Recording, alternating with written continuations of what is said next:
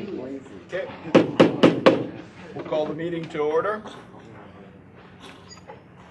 Board members are all present with the exception of Josh Banks. He will not be here this evening. I would ask everyone to stand, face the flag, remove your headgear, and if so inclined, join us in the Pledge of Allegiance. I pledge allegiance to the flag of the United States of America and to the republic for which it stands, one nation, under God, indivisible, with liberty and justice for all.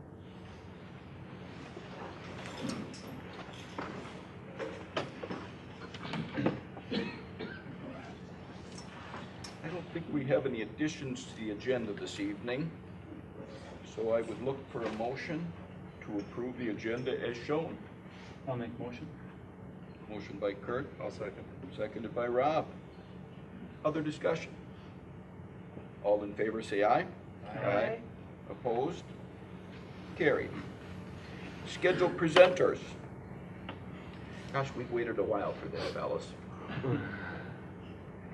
Where's the best place to talk? Both Dave and I are going to spend just a couple minutes talking and then present. David, Joe, why don't you introduce yourself? You'll be on camera eventually. And Okay. I'm Joe Coyle. This is Dave Ingerbretson. We were the mentors for the BombBots. It's the first year that we, well, actually they did it about 4 years ago, but the first year that we recreated the first robotics team here at the school. So we wanted to come and present it to you, and then obviously at the end get approval for it to be an activity for next year. I'll talk a little bit, and then we want to demonstrate the robot. Fundamentals of this program, the FIRST Robotics program, it's a national organization. Its idea is to fundamentally change the view of science and technology in our school and in our community. So we want to try and promote science and technology. We want to come up with a fun way to get the guys working on engineering tasks, math tasks, science tasks. Nationally, actually it's internationally, there are 3,000 teams with roughly 75,000 students that participate in FIRST Robotics. In Minnesota, there's 208 teams. We're actually the 208th team. We registered at the very last minute. Those 208 teams represent 238 schools. So there are some teams that represent multiple schools.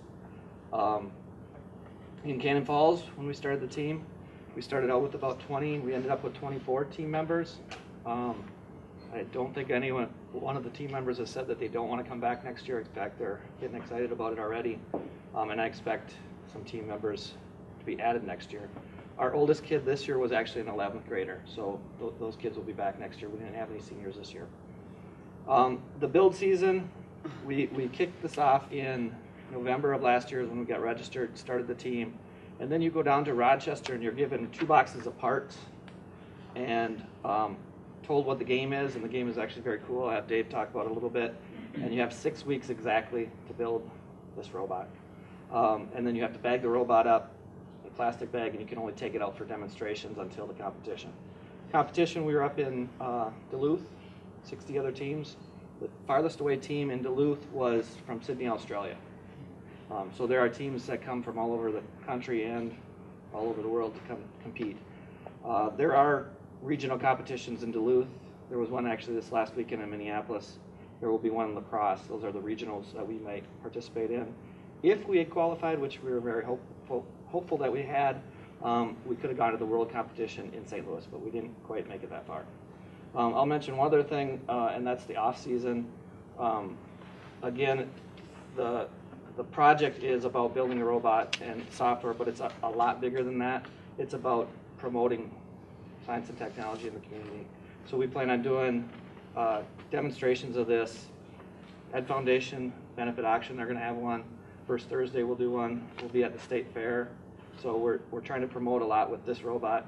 The other thing that we're trying to do is promote the science and technology in the younger grades. So we are going to do a fundraiser through Community Ed to do a Lego robotics camp that our kids will be the instructors to teach the younger kids how to do Lego robots, demonstrate the robot. So I'm going to have Dave talk a little bit about the competition, and then we'll do a little demo of the robot. All right. So I'll hand out a couple pictures here. The first one just kind of set the stage for the competition. It was held at the Duluth Deck Center. So a great big arena. It was packed full of kids, parents, people watching. It was really an exciting environment. There's a pit area set up where there's all the 60 teams Joe mentioned have have 10 by 10, so 100 square feet of pit area. We got to have all your tools, your robot, as many kids as you can fit in there, although you're only supposed to have 5. Pretty much all the teams had 20 people in the pit. A lot of excitement, kids running around, meeting each other, socializing, which was actually a really important part of the program is the social aspect. So the way FIRST structures the competition, they refer to it as Cooperation? cooperation. It's kind of hard to say. So they combine competition and cooperation, and they really emphasize that strongly. So while we're up there to compete and do as good as you can, just like any sport, they strongly encourage cooperating, and that starts in the build season. So we being rookies, had a lot of teams offer to help, come up and inspect and do different things. But then in the event, you get up there and there's an announcer, and anytime you need a part, I need a size 10 bolt, they'll announce it, and 3-4 teams, however many, will run over and bring in a bolt, and all day long that's going on. So that is encouraged at that level, and there's awards given for that sort of spirit and cooperation. That also continues into how the competition itself works. So each team is up there to compete, and there's 8 qualifying rounds. In each of those rounds, you're paired randomly with 2 other teams. So you end up on a team of 3 competing against a team of 3, randomly selected. So selections are made randomly. The students, a bunch of them here, went out and would have to meet those other teams and say, what are you good at? What are you weak at? How should we make a strategy to compete well in the game? And so you'd have that time to do that, you'd get your score, and then you go on to the next qualifying match where you'd repeat that with another 2 teams. So it's completely random throughout the day. At the end of the day and a half of the qualifying, you go into the finals, and that's selected. The top 8 teams make the finals, but then they get to select 2 other teams to go with them.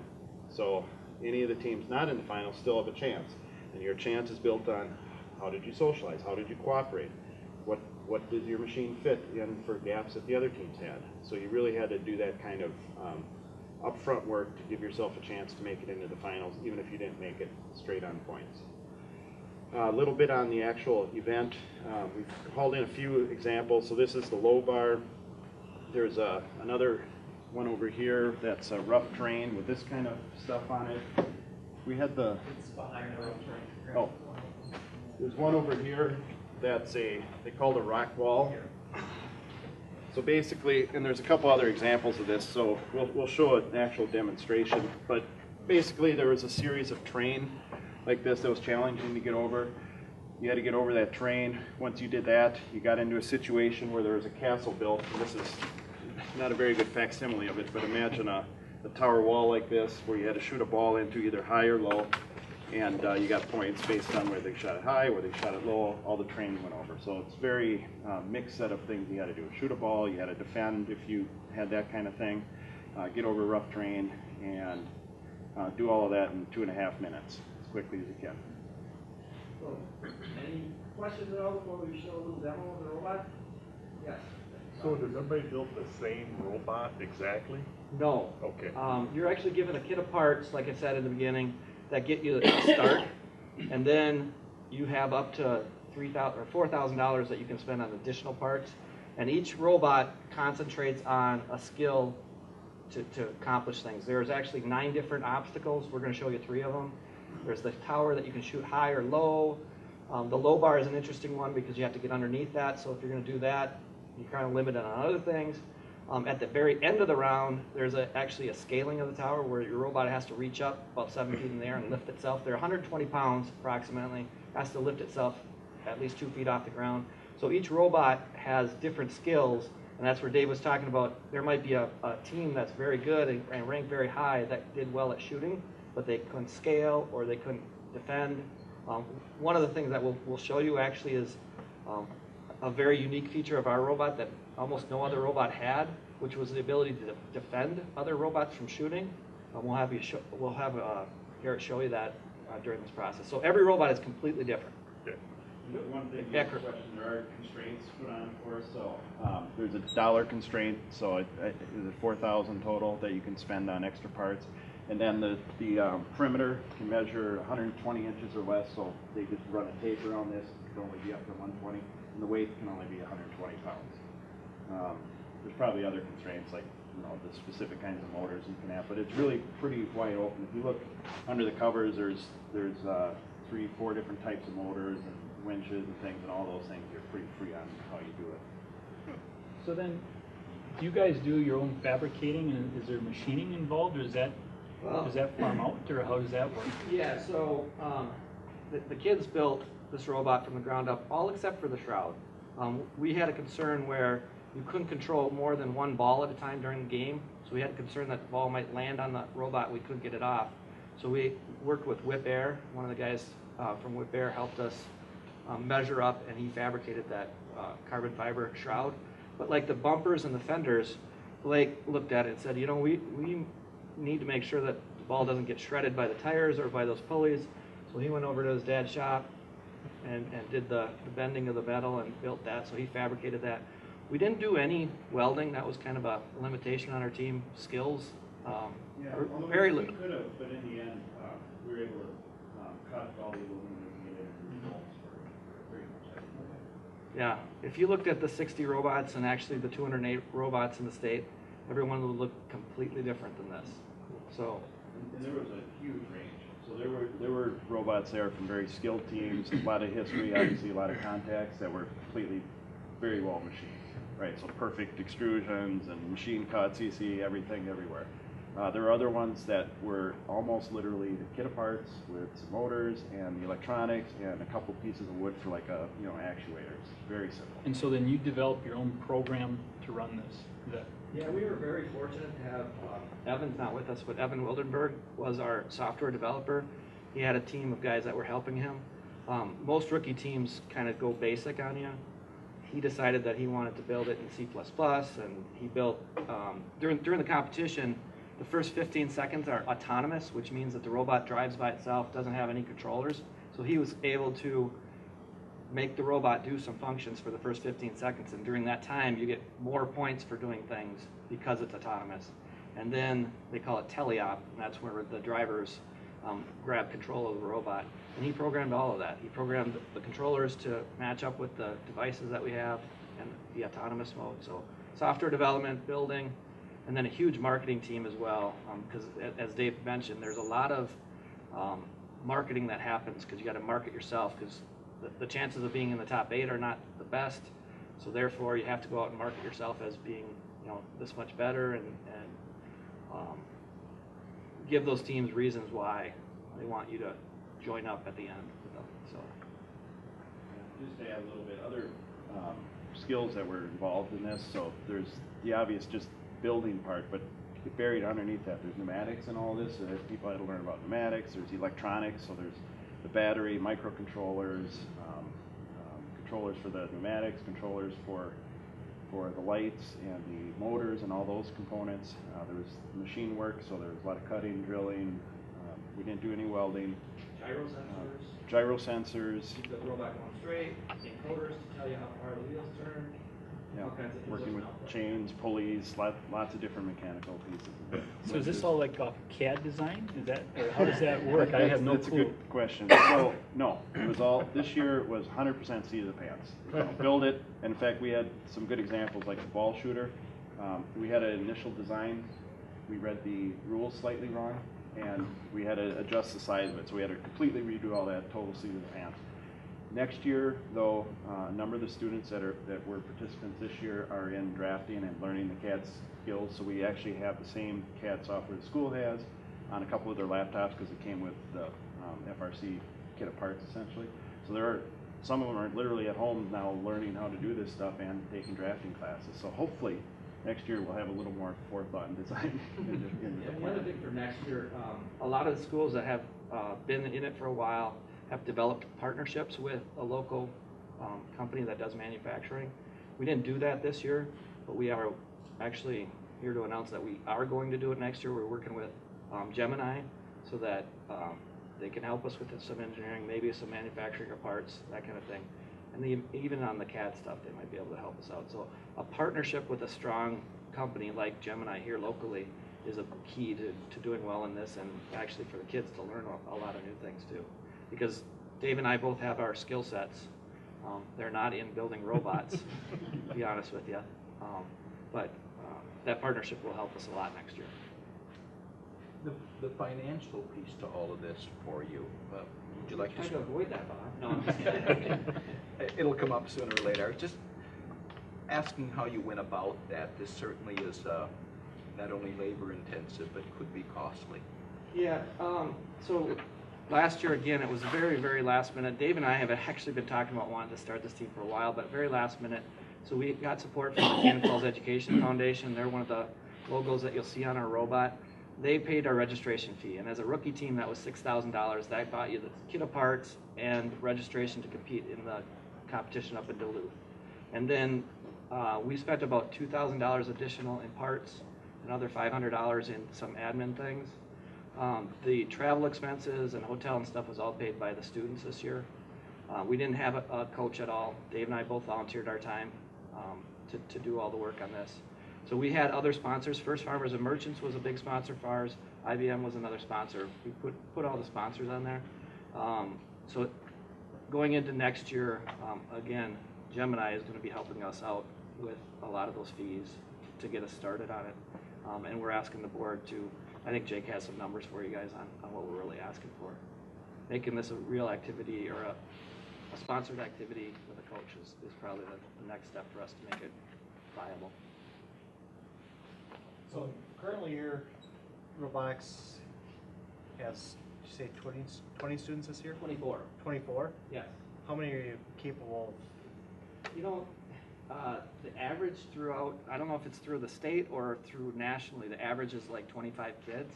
There are teams though that have 70, and there are teams that have 10.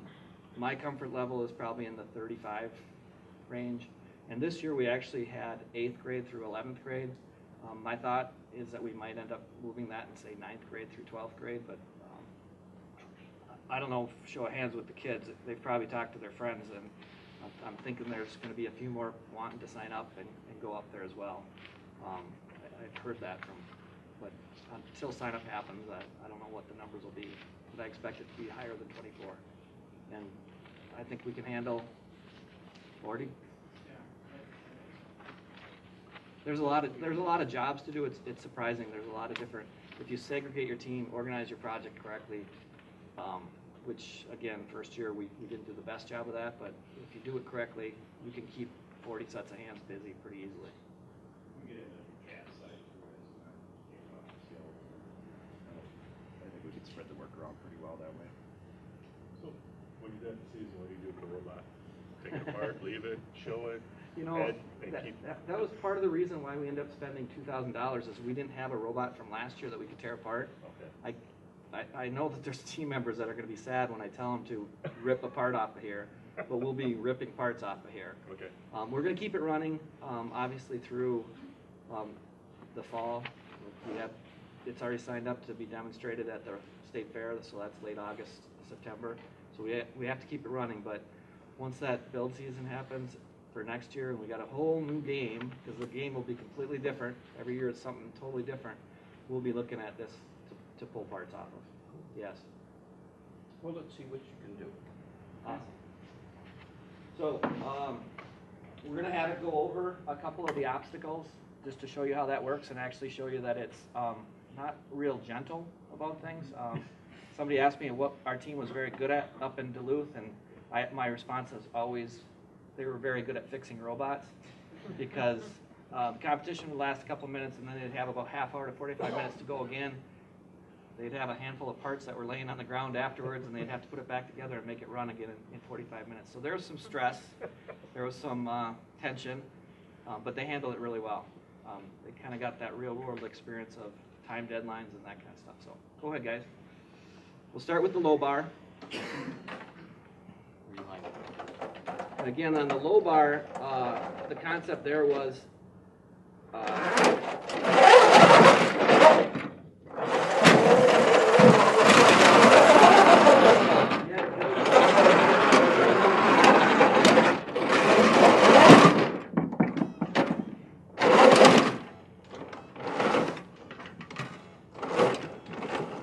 right now, ladies and the wheel, and here is controlling the ball shooter. In competition, addition, these obstacles are a little bit more rigid, and actually that's where we ended up with a lot of our damage, was under these different things. And the robot around. Yeah, and remember the company. I forget the exact.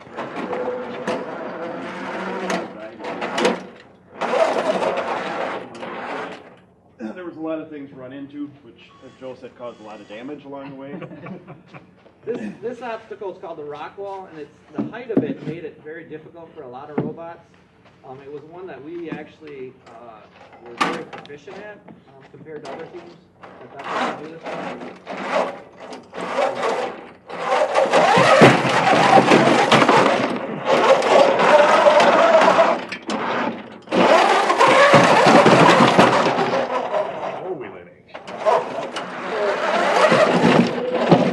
Our driver actually, if we left that ball shooter laying down and tried to go over that rock terrain, we'd end up coming back with bent shafts and stuff on the ball shooter, which happened a few times.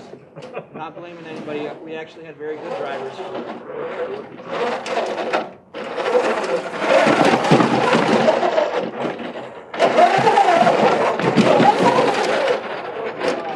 obstacle, and I think what Garrett was trying to show you on that is that we could do it in either direction, which made a difference. Points for being able to do it quickly, so you didn't have to turn around, that kind of thing. Let's try the shooting, and then if you guys want to try it after the meeting, you guys can drive it yourself if you wanted to. So, again, we had a castle that we had to shoot at with holes about 7 feet off the ground. And then there was other balls around the arena. I can't remember if there's 18 available for the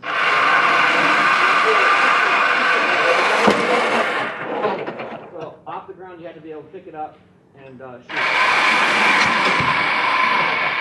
So as the robots were shooting, one thing that a lot of teams didn't try and do was defend that position. Our robot actually came up with a method where we could still go under the roll bar, but we could get high enough up where we could block some shots. So I don't know if you can actuate that or not, Garrett. Is it working? Was the valve closed? I know I closed the valve, but it doesn't sound like is the compressor on? Compressor not running? We just lift it up? Yeah, you can lift it up. So using pneumatics, push a button, it would pop up this flag, pull them higher. Oh, it's full of air. Yeah, it's full of air, so you'd have trouble. But that would get about 3.5 feet off the ground, and then you could drive in front of other robots to try and block. And that was one skill that very few teams had. That was hit the wrong button. So, at least initially, that was a skill that we were able to promote ourselves quite a bit with. Towards the end, we struggled only because we were struggling driving even by the end. But anyways, up and down. So, anyways, any other questions? When does the robotics team meet? After school? You know, it is Compete with completely them. up to the coaches and the mentors, and I guess the school schedule. We had probably half our team was on speech, another 4 or 5 were in basketball, and whatever it was, dance or whatever it was. So we tried to make it flexible enough to try and get as many people in there as we could, but not every day. We met twice a week, 3 hours a day after school, 3 days a week. And then we did some Saturday mornings. When the build season, I mentioned at the end of the build season, you have to bag up your robot, which means you got to be done. We were there till 11 o'clock on the night that you were allowed to bag it up. So it was 6 weeks of 3 to 4 days a week. So when you have that many kids, how do you coordinate all that?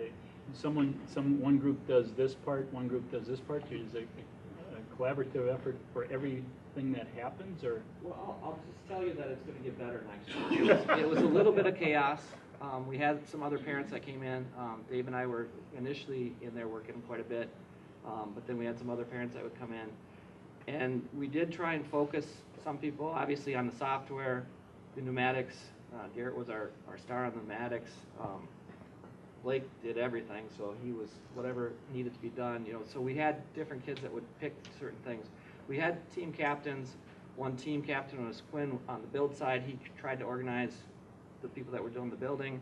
Ella was the captain on the admin side, so they took care of all the marketing and building of banners and brochures and flags and standards, that kind of stuff. And then also there's a big part of the admin side that they do is called scouting, whereas if your team is one of those 8 picked, you need to know what other teams are good at, so they organize that. So there's a lot of jobs. We'll get better at organizing it next year. So.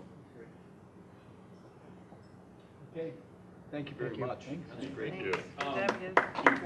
Before we finish, I'd like to introduce Phil Jacobson. Phil's the Vice President of Human Resources at Gemini, and Phil came to me 2 months ago, about 2 months ago, and said, you know, Gemini would like to partner with Cannon Falls High School, especially in the area of engineering, and you know, we'd like to, you know, be able to provide what you guys need for that field. So one of the generous donations that Gemini is providing is funding for the robotics team for next year. There are some other great things that they're funding too. One is Family Engineering Night. They are funding through the Works Museum. That's coming up April 26th at the elementary school. So the Works Museum will come in and provide engineering activities for students in grades 5 through 8. They center around collaboration and problem solving, and so they bring in a team to train volunteers, and they will then have students do these different science labs that are all centered around the STEM standards. So we're really excited about that. they've also they're also providing quite a bit of other funding for us. They've generously are going to donate about $18,000 for a plasma cutting table for our metal shop, about another $8,000 for a CNC router setup for our wood shop, along with some robotics kits for our Introduction to Robots class. And what was the other one? Some 3D printers for our science department too. So we will be getting a list of all of those things to you, hopefully for our next board meeting. But all of that is, you know, all completely donated by Gemini and from their efforts to support us here at Cannon Falls High School. So we really appreciate everything that you've done for that. Thank you very much. Thank you.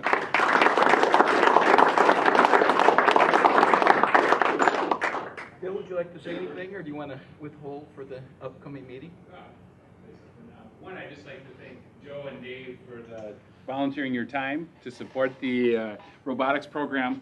That doesn't happen by accident. It happens because people have passion. And when Joe came in and asked for us to support, he not only a good software person, but a good salesman, because we paid for the whole thing. So but overall, I think the big message that I'd like to share with Gemini is just that we all win when the school system is outstanding in our community. And Gemini is dedicated to making sure that happens in all the communities where we have facilities. But it has been a real pleasure to work with the teachers and the staff at Cannon Falls. And we're excited to see where, you know, these enhancements and improvements to the engineering and the manufacturing training will go, and what impact it'll have on our students for next year. So thank you for everything you do every day. Thanks. Bill is one of our Cannon Falls alumnus who's come home, I guess. Class of 81, I'm thinking. 83. I was Don't close. confuse that. And still one of the best point guards we ever had. Thanks again. Thank you. Great demonstration. We'll deal with the robotics and its inclusion a little bit later on. Moving down under reports. Matt, what have you got for us? All right. I would like to congratulate the speech team on winning sections at Byron this past Saturday.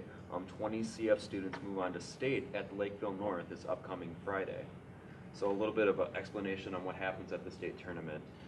There's 8 sections for single A. And what that amounts to is 24 in each category. And then you get 3 rounds, and if you make the top 8 or the 1/3 of the tournament, you make finals. And there's a panel of 5 this year, and then they will give medals to the first place through 8th place. And then new this year, through MSHSL, they're going to give team plaque awards for the top 3 teams in single A and double A. Double A tournament is on Saturday, but for single A, the top 3 teams with team sweepstakes points that you can get from having people medal and win accordingly, you can win plaques. So that's a good improvement for speech this year.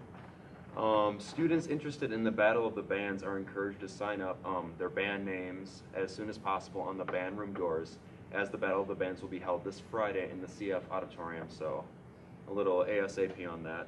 The high school students that are interested in volunteering to work at the carnival this Friday night are encouraged to press the PTO Carnival Game sign-up link on the school's announcements. So if you're curious to volunteer for that, you can go to the announcements page and click on the link and sign up for that and help out the PTO. Slice of Jazz is this Sunday at 7 p.m. in the cafeteria. It is a great fundraiser that features some of our groups here at Cannon Falls. The jazz choir, the jazz band, the steel drum, and flute groups will all be there. Of course, pie and refreshments will be provided as well, so it is a great event to come out to. The Cannon Falls varsity girls softball team look forward in their season after a tough season opener loss to Zambrona Mazeppa. They travel to Lake City for tomorrow's matchup at 5. And then the Cannon Falls baseball team looks to surge forward early on this season with a home matchup this evening against Stewartville that started earlier at 5 today. Thank you, Matt. Board committee reports. Rather than go through these individually, has anyone met at a committee level since our last meeting? Okay. Nothing? Okay. Moving down to administrative board reports. Anything for the cause? We've got testing coming up here real soon. Next Wednesday we start our MCA testing. MCA testing, STAR testing, AP testing, all of that is really getting going now. We did ACT testing a couple weeks ago, and I think that went off really well. We had band and choir solo and ensemble contest in our facility a week ago last Thursday, and that seemed to go very smoothly. We had several students who did remarkably well, including our board student board rep for tonight. Did you get Best in Sight? Yes. So, congratulations on that.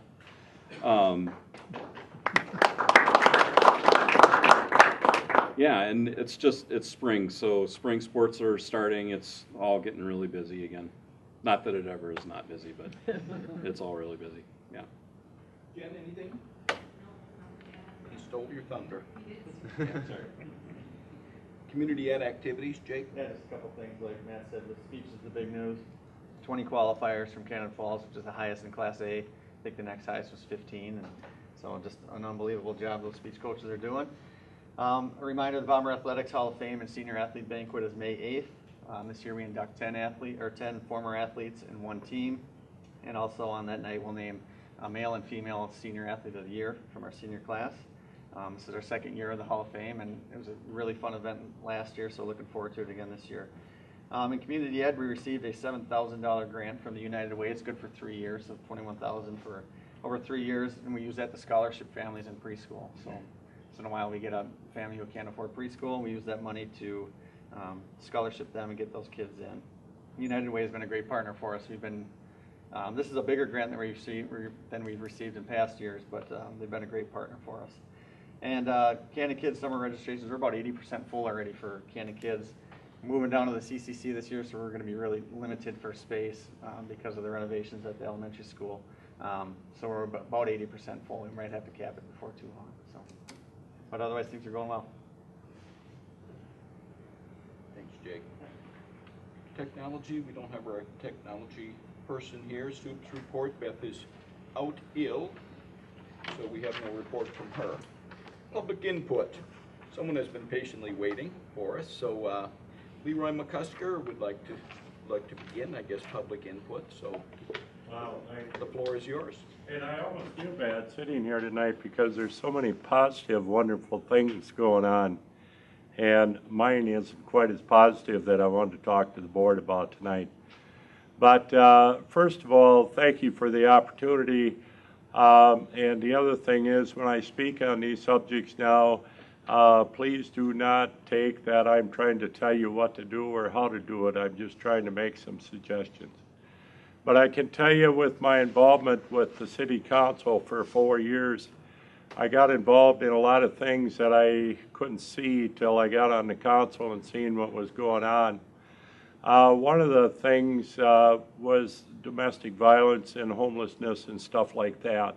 Now, I gave you all a brochure there to just give you a background on what I'm working with in my retirement age, and I'm trying to go a different direction with this stuff than we've gone before. That is a draft of that brochure. The final phone numbers and addresses and all that will be on there eventually, but this is just a background for you. The reason I wanted to speak to you tonight was when we had the problem out in Connecticut a few years ago. About 2 weeks after that happened, I met with Chief McCormick and said, where are we at with our school with this type of situation? And he said, well, we work with the school. We try to stay on top of this stuff and different things like that. And I said, well, here's the deal. I said, we've got to do a partnership with the school on this. The situation that we're getting into nowadays with violence and guns and stuff, I don't think we can no longer just act like this isn't going to happen to us. So I said, we need to look into it a lot more. And he said, well, we're doing this and we're doing that. And I said, well, where are you at as far as the school goes? Do you know every door up there that isn't locked and every one that's locked? I said, do you know every tunnel, every crawl space? And I said, mainly, do you know the ventilation system up there? And of course, being in the HVAC business, that's a big concern of mine. So anyway, he said, well, not really the heating system. Well, I said, that should be a very important thing on your list, because I said, on a commercial building, we do air exchanges. We take outside air, we bring it into the buildings. And if we got some goofball out there that decided to really do something, you could do it right through that. So mechanically, the people taking care of this end, a mechanical leader in the school, needs to completely understand this system and how it works and what we do in a crisis situation. And so we had a good talk about it, and I said, the main thing is this, you got to remember this 3 years ago, I said, tell the school that this won't cost them anything. And he said, well, yeah, why is that? Well, I said, they can't get referendum passed, they got enough money problems now. So I said, make sure that they understand the city will take care of this. But I said, I want to see a joint partnership. And I said, I want to see it more of a security officer than I do a police officer. I would like to see a police officer at school at least 2-3 times a week. I would like to see this officer greeting kids. I would like this officer to be a person that likes kids and likes to work with that. I also believe we've got some really excellent staff, and I believe that Jeff has probably the same concerns that I do about this. So when it first got brought up a couple years ago and we contacted the school, it kind of got shot down right away, and I know why it got shot down was because of budget reasons. So I would just like the school to know that this is a very important joint effort type thing. If the money is a problem, the city needs to furnish this, I believe. The police need to work. When I work with kids in domestic violence and kids in addiction problems and stuff, the one thing that happens in their situations lots of times is police are always looked at as the enemy out there. I would like to do what I can to try to change this image. To give you a little quick example is I had a mother contact me a month ago about that their son's best friend is doing drugs in college and they don't quite know how to deal with it. And wanted to know some suggestions how to work with that. And I said, well, the best advice I can give you is I've got a whole list of people that can call and help you with this. But the best advice I can give you, I said, is call up Chief McCormick and talk to him about it. And she said, no, I don't want the kid arrested. I'm not going to do that. And I said, no, that's what everybody thinks. The minute you call the police, it's going to turn to arrest. But I said, you can call him, you can talk to him off the record, you can tell him your concerns, you can ask him suggestions, and it doesn't have to be an arrest all the time. And a lot of things with our police that's being done the last 5 years, I realize is creating a bad image. But I do believe we've got a very good police department locally that really does care about people. I would like the kids to learn more about that the police are here to help instead of give you seatbelt tickets and stop tickets when you leave here. So I would like the school to think about that partnership. I would like the city to realize that the school has always got budget problems and always will, that this should be a community effort and it's a community security thing. And there should be a total design that if you had some terrible thing like a shooting on one end of the school, what doors are automatically going to be locked and how are we going to handle it? So I think it's a very important thing. I told Jeff that 2-3 years ago. I guess he brought it up a couple weeks ago and I heard that it probably is not going to go too far or something. But if I could do anything to encourage you to look at this more, this day and age, with the shootings and stuff and the crazy things going on, security of our kids should be our ultimate goal. And then we can do the fun things like this and have the education. So I just wanted to bring that up to you tonight, and hopefully you'll have some good meetings with Jeff and see what good programs you can come up with to make it really safe. Thank you. Have you had an opportunity to talk to Beth one-on-one about this at all? No, when I was on the council, I asked Jeff to take care of everything with Beth himself and maybe try to stay out of it. But I would be very much interested in meeting with her now that I'm off the council, and then I can deal with everybody one-on-one for the common goal instead of being worried about the political end all the time. You guys know how that works. Very well. All right, thank you for your time. Yep, thank you. Wow, good job, kids. Wow. Anyone else here wish to speak to the board about issues pertaining to the school? Okay, close our public input section. Going to old business, we have none right now, so we're jumping into the new business, consideration to approve an official robotics team. We have gotten financial information, and we hear some excellent news about the sponsorship, financial help that we receive. I know it's not right for you guys. I'm asking you to maybe stand up and speak to robotics if you could. Hi, I'm Grant Schlichting. I was one of the captains on this year's robotics team. I was, I guess you would say, the head captain or so, and my job was to help organize between the 3 other captains, Quinn, Ella, and Evan, exactly how we get this robot functioning and what it is today. I guess the other aspect of robotics I'd like to talk about is one of the sides that not a lot of students get in other activities. I think that the only other one that really shows it is in speech, is working on public relations and with other people.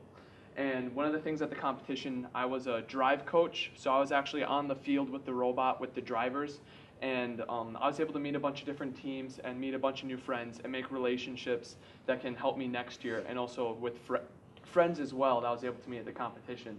And so overall, robotics was an activity that was able to help me develop skills working with other teams that even though we're going to be enemies later, we still have a common goal now that we need to work together on to get to that point later on in the future. The other thing I'd just like to talk about robotics is the commitment and devotion that all the people put into it. Is A lot of people, like Dave and Joe touched on, are in speech and are in basketball and are in other activities. But when they were here, we put in a lot of effort, and as you can see, our robot for our rookie year did surprisingly well. And also, it's an off-season thing as well. Like he said, we're going to be pushing for other showings of the robot and hopefully get it better for next year.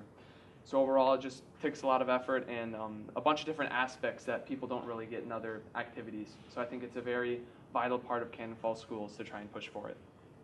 You want to say anything? Yeah. My name is Quinn Sabin, and I was the build team captain for this year for the robotics team. And I just like to say it was a great learning experience for me and for I felt like a lot of the students for this. It was crazy just because they gave you a box full of metal parts and we had to make that into a robot somehow. And so it was crazy 6 weeks, a lot of planning and a lot of design. And now I look at it and now we have a lot of ideas for as far as organization of tools, standardized bolt sizes, and just a bunch of other stuff like that, just organizing. And now that it's been our first year, all I know is I really enjoyed it. I know there's a lot of kids that enjoy it too. There's many kids who got upwards of 80 hours into this robot. And there's a lot of passion in this, and there's a lot of people excited about doing this again. And so I think that this is a program that's definitely it's useful for the school, and there's a lot of kids that are passionate about it, and learned definitely a lot here at the competition. The competition coming back after each match and having a new piece of metal sheared off, a new piece of metal broken. I had to figure out how to attach that on before it went out, and it was dealing with a lot of high stress stuff, and putting it all back together was a great learning experience. And I would definitely like to see this again next year when I'm coming back as a senior. And I would just really think this would be a great thing to have in the future of Cannon Falls, and I think it's a great learning experience for all students involved, and it was just a great time. Thank you. We can do one more. Anyone else wish to speak? I forgot to say one thing, so I'll stand up again, my bad. Is that also the robotics team isn't just for the high school, is that it also outreaches to the community and the younger kids in the elementary school. This year we decided to go down to the elementary school and showed off our robot, and we got a lot of kids interested. Afterwards, Mr. Sleeper, another teacher, came to us and said that one of their kids were upset because they weren't building this robot in their classroom. So it was really good to see that we're getting the younger kids interested in science, technology, engineering, and mathematics as well.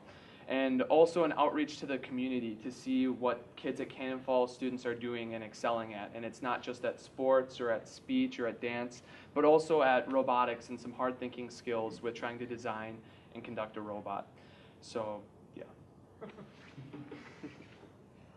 Board, any comments? Great idea. Anything else? Gary? No, it's a great program. Very impressive, yeah. Rob? Very impressive first year out. Awesome job. Congratulations, all of you.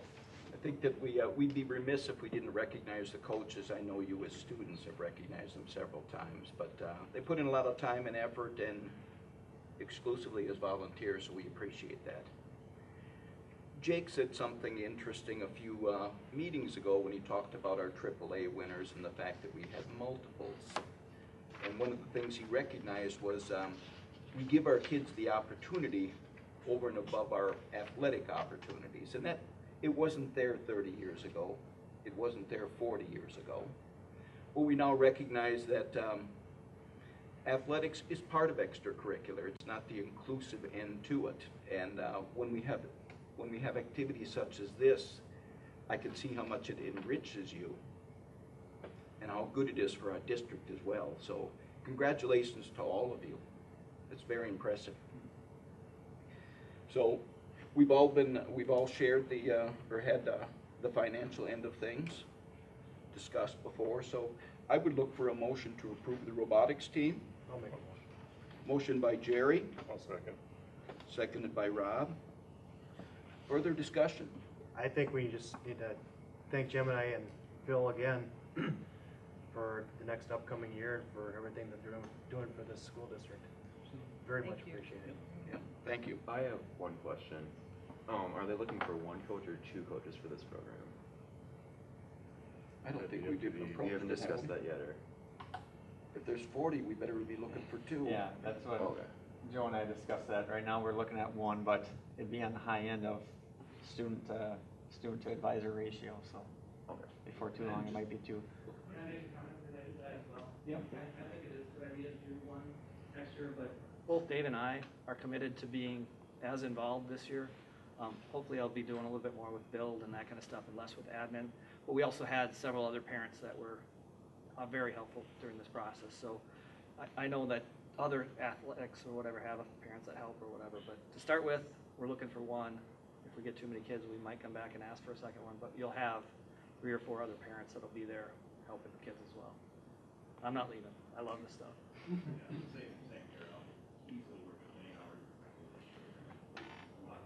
We all got a lot out of it. Mentors alike. Okay, we have motion and a second on the table. All in favor of making the robotics team official, say aye. Aye. Opposed? That is carried. Congratulations.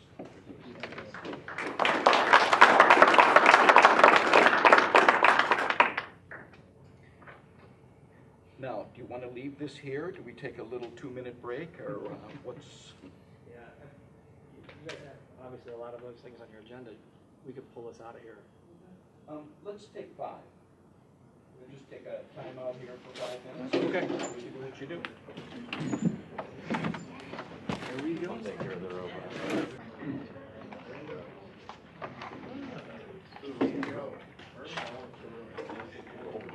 That was a nice positive rush, huh? Okay, we're back in session. Item 2 under new business is consideration to approve the 2016-2018 EA contract. This is Paris renamed. Okay. You do have in front of you the salary increases, which would be 3.5% for the next 2 years, which falls absolutely in line with where we're going as a district, where we've been so far. You can see there's some longevity increases, no change to benefits, and some language items on here. I'm not sure how they benefited. Beth has taken care of this, but purely from the salary increase, I think it falls in line, and would look for a motion to approve. I'll make a motion. Brenda? Second? I'll second. Seconded by Jerry. Other discussion? Just so so I understand what I'm reading here. So on longevity, 10 years a 20-cent raise, 15-year 40-cent raise, and 20 years a 60-cent raise on top of the 3.5 and 3.5? Correct. Okay. You know, sometimes there's no other way to measure a person's years of service on here if they're just getting their increases. But yeah, good question. But, so we have a motion and a second on the floor. All in favor say aye. Aye. Opposed? Carried. Consideration to approve a donation from the Dance Association, 813761.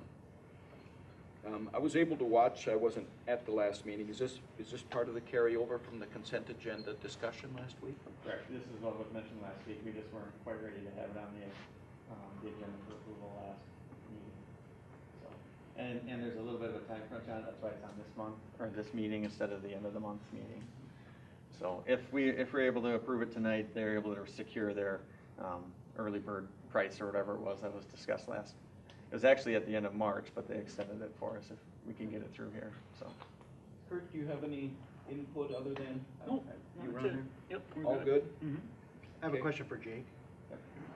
So the donation is going towards new uniforms, correct? Correct. Yep. Is the dance in rotation for uniforms with the district as well? They are, but because of the parent association, we haven't been paying the dance uniforms. So they're essentially taken out of the cycle. Okay. What is the rotation, if I could ask? Is it every few years, 2 years? You know, it used to be 3 teams every year. We reduced that down to 2. And then, I mean, by the time every team's up again, it's at least 10 years before you're up again. So every 10 years on average? I would guess around 10. I mean, I forgot it on a document, but it's 2 teams every year. So by the time we get through every team. Back in the day, it was a 5-year rotation, but, Yeah, we used to do 3. I mean, up 3 years ago, we did 3 teams, and as part of reductions, we reduced it down to 2 and spread it out longer. They went into more fundraisers because stuff gets out of style after a few years and they have to have what's latest, so. All right, do we have a motion to approve the donation? I'll make the motion. Motion by Kurt, second? I'll second. Second by Rob. Other discussion? All in favor say aye. Aye. Opposed? Carried. Consideration to approve the Cannon Falls High School Activity Advisor Handbook. You know, I watched this, and Brenda had a very quiet statement on there about the activity handbook was what she was asking about. It was listed both as activity and advisor handbook, but in reality, it's the advisor handbook, isn't it? Jerry, would you like to speak to this? I can. So last meeting, going back to the last meeting, the conversation was, it's felt that this was a little bit coach heavy. One of the other questions was there's 6 steps in relations to dealing with issues possibly with the teacher. There's only 4 steps.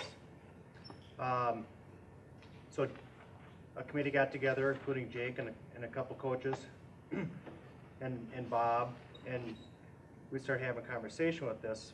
First of all, this is for the advisor handbook, so it has to do pretty much everything with coaches. We're talking about the 6 steps versus possibly 4 steps. Within that realm of thinking, there's actually one more person involved through the steps in the sports. So it's not just a coach, you're adding the athletic director, so it's going to automatically add an extra step to that. And one of the concerns was participant and parent having more input. But as you look down through the 6, the participant is mentioned in all 6 of them. And out of the 6, the parent is mentioned in 5 of the 6. In meeting with the coaches, they're really trying to find any example of, we're trying to come up with an example of what would go longer than 2 weeks to resolve an issue.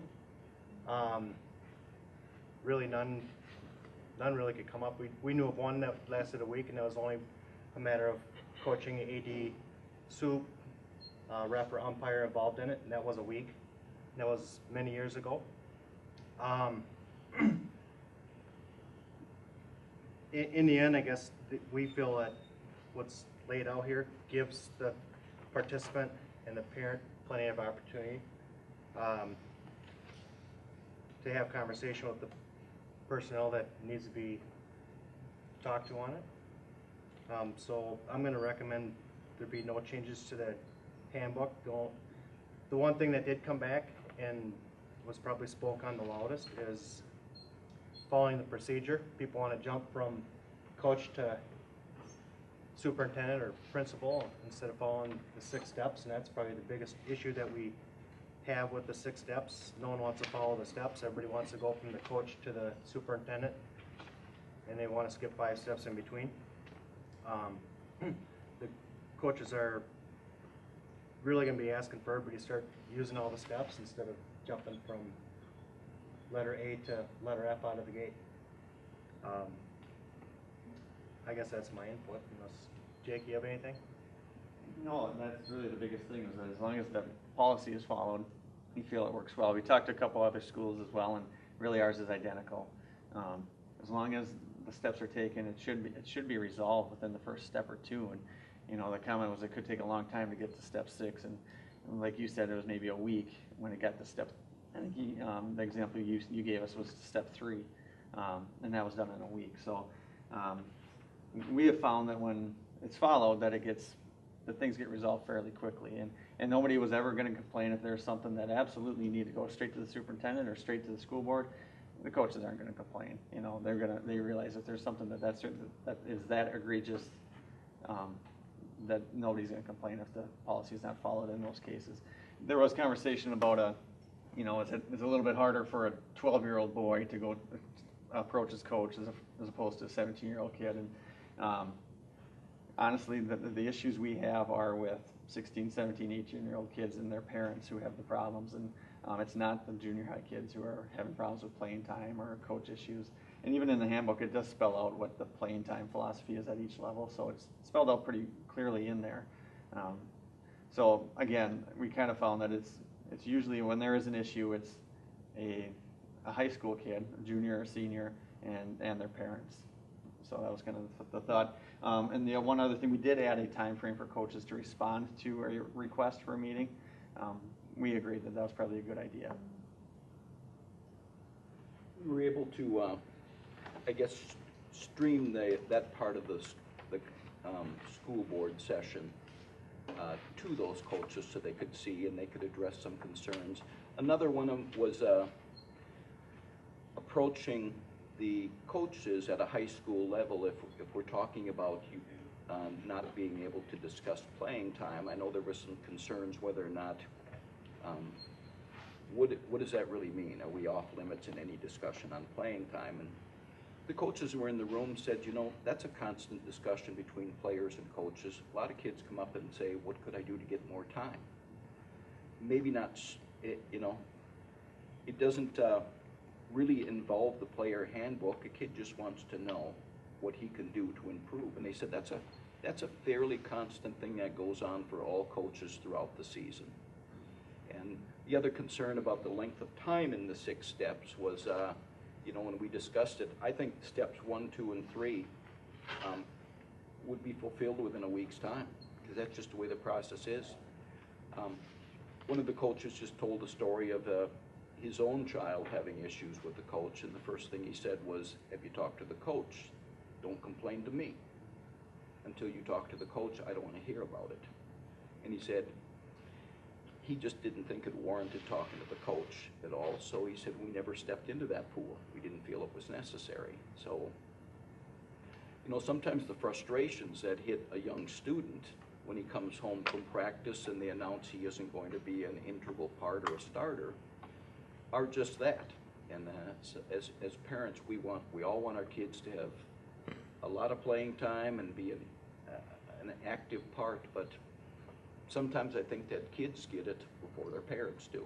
And so we just think this is a solid document. The coaches are very pleased with it, and the addition of that contacting parent, is that that was well received or discussed. So, like you said about the discussing playing time, I had a couple coaches reach out to me and said, like, I'm open to discussing playing time with the students, and we actually feel that our best coaches do that quite often, especially in like basketball, for example, when, you know, on a given night 7 or 8 kids are playing, you know, that coach needs to discuss roles with each athlete, because you might get 10 minutes this night, and the next night you might get 5 minutes, and those kids need to understand why. And those coaches that are able to do that really eliminate a lot of problems, because those kids know exactly where they sit, and some of them are very good at that.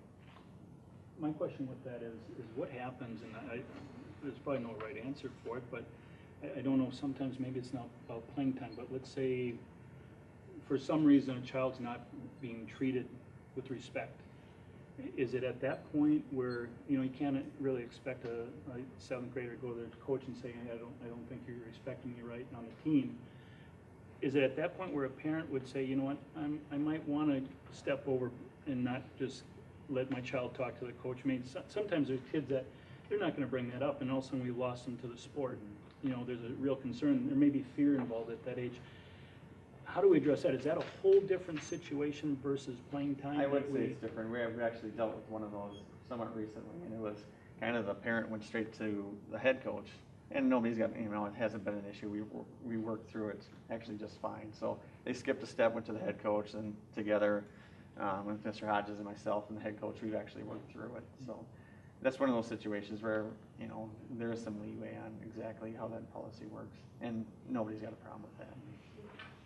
I guess my point at the last meeting was we've got 6 steps, and I hear exceptions are being made, and it works, but at the same point, you know, since I've been on the board and before that, I've heard, you know, not just with you as an AD, with the previous AD, the steps aren't being followed. To me, either the document doesn't work and should probably be relooked more in a different perspective, not necessarily just to tweak it, but let's make it a working document. So in that case, had that parent read the document and said, well, I really shouldn't, but they make the exception. And a junior high student versus a senior or a high school student would be, in my thoughts, and again, I would like to see, I guess, parent participation in this to get their buy-in, not just the coach's side, to see how they would feel about those situations. I know that you can always make an exception because it sounds like that's a lot of what we do with this document is we make the exceptions, but then that just makes the document less effective. My thoughts were, can we make it a more effective document that would be utilized better than how it currently is? If you're saying just a couple weeks ago we skipped step 1 in that situation, what other situations, and we don't know. Would we start to skip steps and then it becomes ineffective and we're right in the same boat we are today? And I think where it's ineffective is because we allow it to be. I mean, Exactly. if people come to me, the very first thing I should say to them is, has your child talked to the coach? And I mean, I know you guys have had people approach you too, because I've heard from you guys that somebody's made comments to you guys, and that means they skip for sure me, if not the coach and the principal and everybody else too. So that's hard. It's hard to do, especially if a parent comes in and they say, like, I know I'm not supposed to do this, but you know, they come and they share something with you, and really what we need to do to make that policy work is say your child needs to talk to the coach. But we have been, and it doesn't change. That's my point, I guess. Well, I don't think the board's taken any out. Have we ever taken on an item like that and taken from the top down from a parent? We haven't, but I think we've all had interactions with parents about their children's participation, and you know, on a personal level, I think that parents are biased about their kids. It's really difficult to ask a parent to be a part of a process that well, that they're biased on, I guess, for lack of better. One of the things that the coaches did recount to us is that it does start from the top, and as much as we don't want to step on friends when they call us about their kid, we have to as a board. I think at one point in time we've all been guilty of stepping into that process, whether it's calling the AD on a personal level or whatever. It's hard to say no to your neighbor, and that's kind of it's a tough piece. I think we have to keep this as strict as we can, but understand that people are going to step over it, and we just have to be strong as individuals to say, you know, this is not in my camp, this belongs somewhere else first. We're the last step, not the first one, so I think emotions play a big part. It's very hard. I had somebody today stop me in the hallway and discussing, it was about golf and playing time for a kid who's not junior high, but probably won't make JV or varsity, and what opportunities is he going to have? He just stopped me in the hallway, and I mean, it was a conversation. We were walking, and I talked to the coach later in the day, and the coach said, why is he talking to you about it? Why isn't he coming to me? So even something like that, I didn't even think anything of it. And I thought to myself, well, I just did it again. You know, I should have said, you should go talk to the coach. So. No, I would say for the majority of the people sitting here, probably not Brenda, she probably doesn't get too many sports calls on kids or playing time. But I look at this, and we have F, and we say it's not enough. Then the board isn't on here at all, but yet we field calls. So we're just as guilty as the first person. Can't hang up on our neighbors, so. But ask the people that call me, what's the first thing I ask them? You talk to the coach. If you talk to the coach, if you talk to the teacher, if you talk to the principal. These are guidelines, and people may or may not follow them depending on who they're comfortable talking to or what the situation is. So not everything is going to go lockstep with this, but these are the guidelines. This is the way we'd like to see it be handled, and this is what we can refer to. As the coaches, they were really very supportive of this document, and really it's their guidelines, you know. Don't do this. You report to us if these occurrences happen. You're going to have to tell the kid he can't practice anymore. You know, it's really a document for the coaches to, you know, I guess, spell out the rules of the road in a lot of cases, and Yeah, it sounds like, we're focused on two areas of the document. There's a lot of good stuff on the document. I'm not saying there's not. The two things are playtime and the 6 steps. But what you were saying is to have a parent come in who's unbiased, but on the other side of it, everyone on that committee, from Jake to you guys to the coaches, are all on the other side. We don't have any parents, so I guess I'm looking at it more from the participant side. I know this is a handbook for the coaches, but could we incorporate something more so that we get buy-in from the parents, and to pick a few of the parents who could offer some support to look at this? I don't know, and I don't know anyone knows, what might not get through because they look at it, they go to the first step or two and go, I'm done. I'm not gonna go through all of this. I'm just gonna forget about it, and we won't do the sport next year, or we're just gonna trudge through. I don't know. I know that's happened, but I can't tell you how often. I guess I'm a little bit confused. I'll take a step back. So when this document was actually made, Okay. it goes back probably to, who am I thinking? I know Rosemont now. it goes back nearly 20 years. It was before Schultz. Erdman. I think it started about the Erdman time. And they brought coaches in, community people in, board members were involved from our understanding, to help put this document together. And I guess I'm a little bit confused because you're talking about input from participant and parent, but 5 of the 6 steps have parent involved and all 6 have participant involved. So I'm not clear what you're saying, to have participant, parent more involved more in it. No, as far as developing the document. They're in here, but again, if you're talking to parents and going, we'll never do all 6 of these steps, and that's why we skip right to the bottom, because there are too many steps. I don't know. I've heard that from some parents.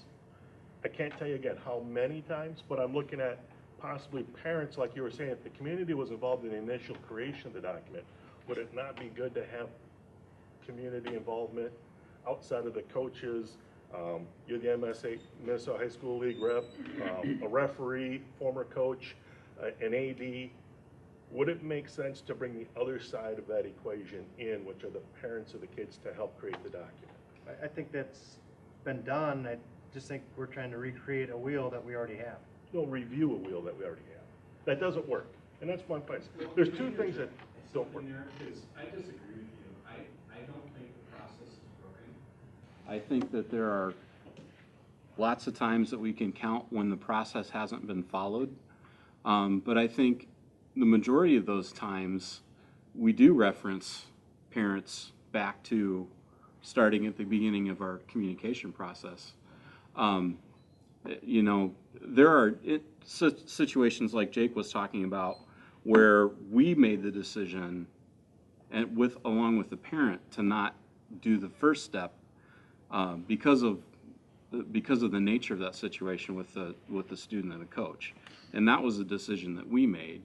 But again, I don't see that as not following the process. I see that as making sure that the process protects the student. And again, I know that there are lots of situations where there are parents calling the superintendent, there are parents calling the activities director, there are parents calling you guys. But again, that doesn't, I don't think, mean the process is broken, as long as we're not trying to fix that problem ahead of the communication process.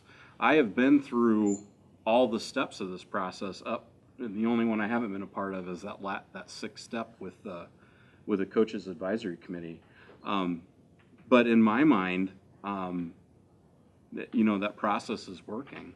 Now, it depends, again, what side you're on. If you're on the one side and you don't agree with the decisions that are being made, then you're probably going to say that the process is broken and it doesn't work. But that doesn't necessarily mean those people were right. So. Because I'm not saying the decisions were made. I have no idea what any decisions are, not being a parent of it. I'm just looking at, are people getting frustrated with the system because there are so many steps and they feel it's daunting? So do they try to shortchange the system and get pushed back to the first one? Do they decide not to go forward with it? I'm looking at it more from the student perspective than the coaching perspective. That's all. And as I said the last time, I thought this is very coach-heavy and very student-like, so. I'm just gonna, it kind of goes hand in hand with the whole thing. I can see where you're coming from, Rob, where, you know, as a parent, do I want to go through all the steps? I don't know. I'm fortunate enough, right, that hasn't been an issue yet. The one thing I do look at is when we do get to the sixth step, for me, it's like, okay, they've been through advisor, the coach, the activities director, principal, superintendent. Now we go back to coaches again in the sixth step, and a panel advisor. I don't know who the panel advisors is, but to me, I'm going to say, oh, now I'm going to go back to coaches again.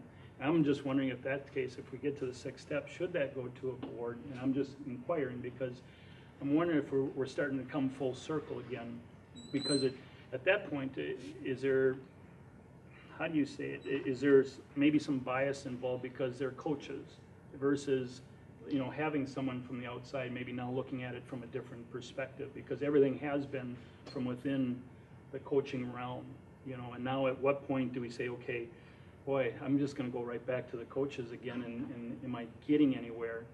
You know, and if it ever gets to that point, there certainly hasn't been any resolve. And are we going to get it resolved with a panel from a chosen panel and more coaches? I just don't, personally, I don't think we would. But I think I can see where Rob's coming from. I'm looking at the process and it's like, is it going to ever be any resolve? And hopefully there is. I don't know. That, I guess the sixth step gets me a little bit as to, are we, and I don't know how the schools do it as well. Maybe that's something we'll look at, and are they effective, you know? So, Have we ever made it to step F? That's what I I'm don't saying. think we've made I it don't ever know. past Would not step go B. through all six Yeah. steps. Hang on. Brenda, say it again. Oh, I was saying most situations wouldn't need to go through all six steps. Don't This- you- They could be resolved earlier in the process. Right. And most of them usually are. I would Right. imagine. I think this is personally, I think it's a very practical document.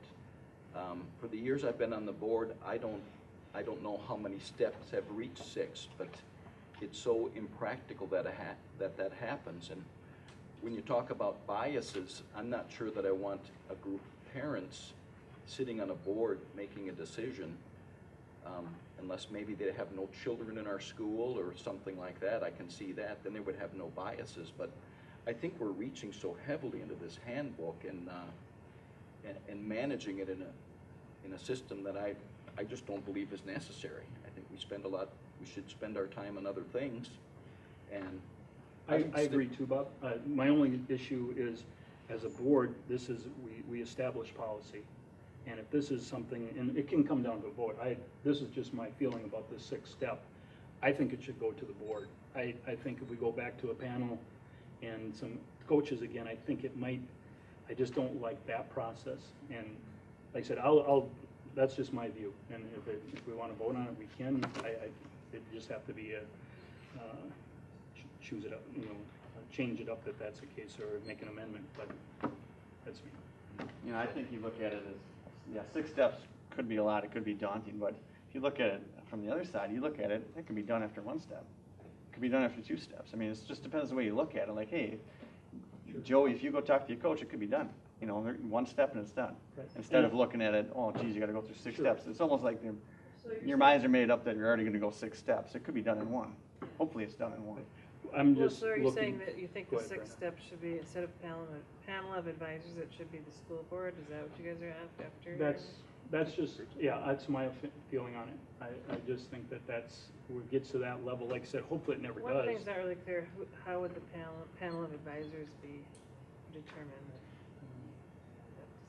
I just think it fits. It's fit us for a long time, and if it gets to that 6th step, I guess we deal with it. But it happens so irregularly, I guess. Have we ever hit the 6th step? Not in the last 6 years. I think the state high school league rep on that committee would be the person that would need to step forward and be part of that panel from the board. If you have, it would be your state high school league rep, which is this year Jerry of your school board. You wouldn't have the entire school board involved because that would be a student issue with a closed session, and you wouldn't go there. That's in other schools, that's what I see, that the last step is it goes to the board. And And maybe other schools do it too, Jake. I don't know, do it just the way we Well, do it. I mean, is it looking as if you're gonna terminate a coach, well, then that would come from, I mean, we've been through that here, and I think that's all. But I think this is just to communicate and resolve an issue that probably doesn't end in termination. You know, if it was gonna be a termination, I think it would come to you guys. Yeah, Ultimately, it would, yeah. Situation. That's a whole different, Yeah. that's a different conversation. Well, it's a long conversation lasting us a couple of meetings. I would look for a motion to do something. I'll make a motion to approve the document. I'll Motion second. by Jerry, I'll second. seconded by Brenda. Other discussion? All in favor of the approval of the high school activity advisor handbook, say aye. Aye. Opposed? Aye. No.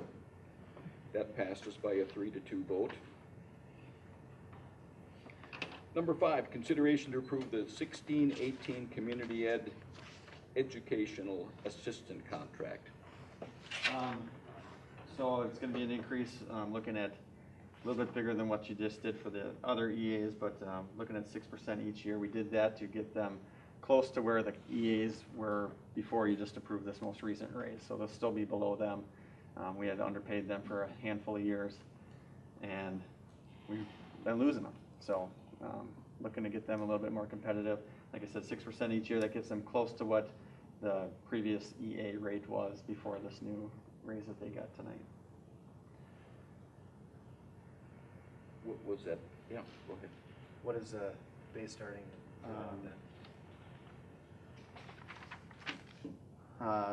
First year would be at $12.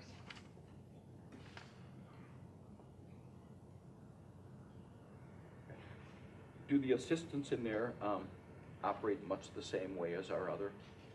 Well, the difference is that, you know, ours aren't special ed, they're just classroom paras, and it's preschool, so we need them. Lots of times there are behavior issues or unidentified special needs in preschool, so we feel that it's very important that we. And you've got some fair turnover. Yeah, we had, for example, we had one, so far not this year, but last year we had one, the year before that we had one go to, well, I mean, they've threatened to go to the kitchen, or they've threatened to go to K through 12 EAs and stuff like that. How many does this affect? Full-time, we've got 6, I think. Any other language changes? We did add, for a full-time employee, working over 30 hours would be eligible for, full-time year-round, working over 30 hours would be eligible for 2 weeks of vacation. We did add that. That only affects one person. What's your pleasure, people? I'll make a motion to approve. I'll second. Motion by Jerry, seconded by Kurt. Yeah, I can go on this one, can I have my, because of the position, this is for community ed only, right? Yes. So I have to abstain for the other one, okay. Okay, motion by Jerry, seconded by Kurt. Other discussion? All in favor, say aye. Aye. Opposed? Carried. So which one did you abstain from? High school. The educational assistant? Yeah, yeah. Can we go back to that real quickly? So the vote was 4-0 with an abstention? Yep. Okay.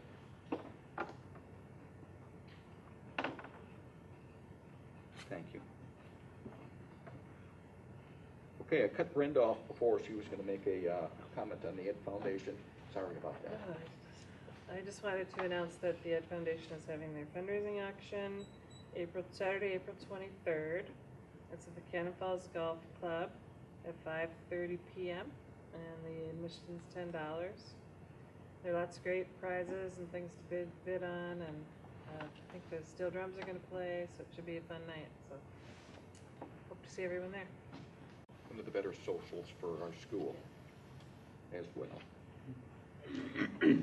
Okay, upcoming, we're going to discuss the approval of the fundraising list for 16-17 and Gemini, right? Gemini.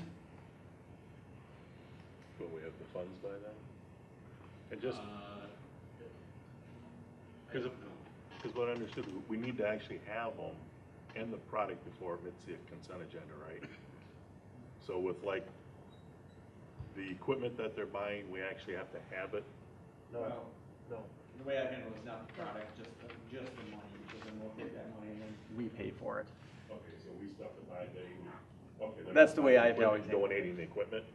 What's that? They're not buying the equipment and then donating it? Correct, so Okay. they give us the money and we purchase it. Okay. It's not like they were donating the equipment. They're donating the funds. To To buy. purchase For specific equipment. Nice. We gave them a wish list and they went through the wish list and Okay. prioritized it based on what their donation was for. So we had quite a little bit more on that wish list than they approved, but they felt like it didn't meet their qualifications. You know, if somebody says they're gonna give you money, you gotta kinda shoot for the moon, right? It doesn't hurt to ask. Okay, looks like our agenda is complete. Also, I know we talked a little bit about it before, guys, but would we be able to have a little update again on the one-on-one initiative at one of the meetings coming up here before the end of the school year? Just see how things are going and just get some, just see where we're at with everything. That'd be wonderful. And you would like that from the curriculum side or the technology side? Curriculum. I don't know. It could be both. I It mean, kind of comes to two sides now. Yeah, 'cause they all Really. work together. And three, if you can throw staff development in. Yeah. You guys look lost. Sorry. No. You guys were talking and I was, Jerry had a question there before. And yes, I was lost. I guess my idea is how the teachers are adapting to it and how things are going and where things might be looking at going with it for the next year and where we're at. Okay. And I'll kind of dovetail on that. I talked to Jake a while back on it, but at some point, Lori, if we can add you the agenda and maybe Jake can coordinate it. I'd like the soccer to come back because it started out as basically a volunteer program, which we proved to become a sport in Cannon Falls. And where it started, where it's been, how they doing, where they going, now that we have paid coaches. I guess I'd kind of like a little bit of a soccer update. Nice to see where its evolution is. I agree with that. Okay. Looks like we're filling up agenda. Okay. Looks like our agenda is complete for this evening. I would look for a motion to adjourn. You'll make a motion. One second. Motion by Kurt. A little slow there tonight. Any other discussion? All in favor of adjournment, say aye. Aye. Opposed? We are finished.